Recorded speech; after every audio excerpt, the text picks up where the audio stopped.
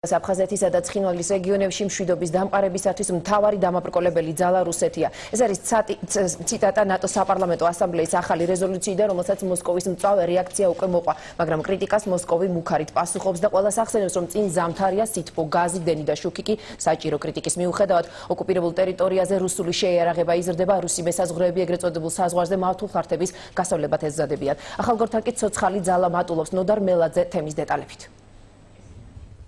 ეს არის რუსული კარვების ქალაქი სოფელ ახმაჯისთავზე, საიდანაც ოკუპანტები უკვე ქართულ სოფლებსაც აკონტროლებენ. აქედან პირდაპირი ხედვით თბილისამდე მხოლოდ 22 კილომეტრია.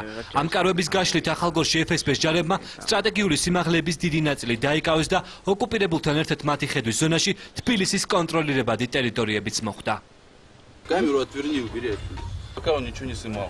ტერიტორიაზე, რომლის გადაღებასაც დღეს რუსი მესაზღვრე კრძალავს, უკვე განათავსეს რუსული FSB-ს საკონტროლო გამშვები პუნქტი. რამდენიმე კვირაშია გამკაცებული საპასპორტო კონტროლი დაიწყება.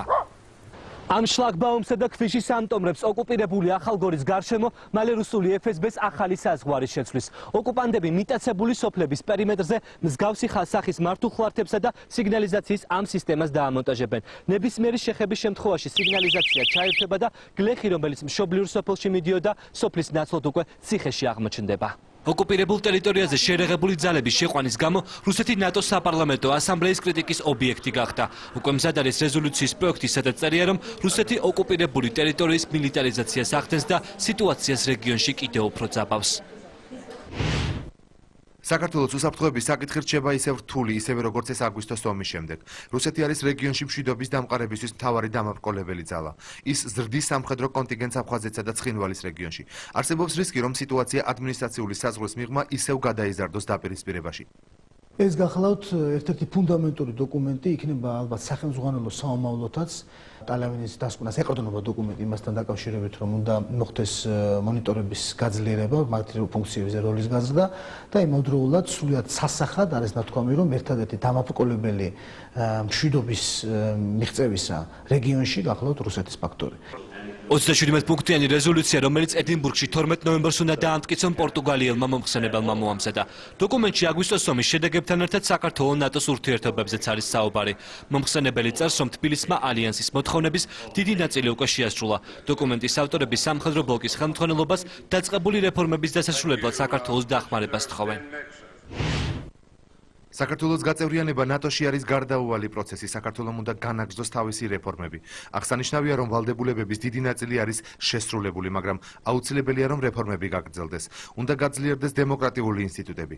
აუცილებელია გაიზარდოს სასამართლოს დამოუკიდებლობის ხარისხი და მედია უფრო დამოუკიდებელი სუბიექტი უნდა გახდეს. ნატოს საპარლამენტო ასამბლეის ქართველი დეპუტატებისათვის შენიშვნების ერთი ნაწილი მისაღებია, თუმცა ისინი ითხოვენ, რომ რეზოლუციის ტექსტი რუსეთის მიმართ კიდევ უფრო გამკაცრდეს. თბილისი ბრიუსელში შესწორებების პროექტს რამდენიმე დღეში გადააგზავნის.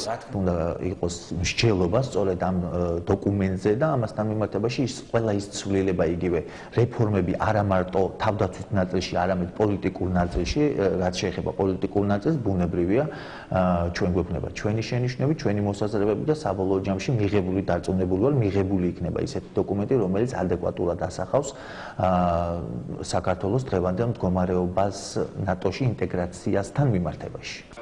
ნატოს საპარლამენტო ასამბლეის სესიის დროს საკუთარი ქვეყნის კრიტიკის მოსმენა დარბაზში რუს დეპუტატებსაც მოუწოდ, რის გამოც მოსკოვი რეზოლუციის ტექსტის შერბილებას ითხოვს და დოკუმენტის ავტორებს არაობიექტურობაში ადანაშაულებს. Парламентская ассамблея ОБСЕ ყველა საპარლამენტო ასამბლეაში გულანძღავენ. გინდეს ეუთო იყოს, გინ ნატო ან სხვა, მაგრამ არ გვეშინია. რიტორიკა არის რიტორიკა, საქმე კი საქმე. ხმამაღალი რიტორიკის უკან არაფერი დგას. წიხომცივი ზამთარია და რუსული ენერგორესურსები ყველას უნდა. დოკუმენტში ერთ-ერთი მთავარი პუნქტი ნატოს წევრებზე რუსეთის გავლენას ეხება. საპარლამენტო ასამბლეა რეზოლუციაში წერს, რომ მესამე ქვეყანას არ აქვს უფლება დაადოს ვეტო საქართველოს ნატოში გაწევრიანებას. დეპუტატები საკუთარი ქვეყნების აღმასრულებელ ხელისუფლებას თხოვენ ალიანსის გაფართოების საკითხების განხილვის დროს არ მოექცენ გარეპოლიტიკური ძალების გავლენის ქვეშ.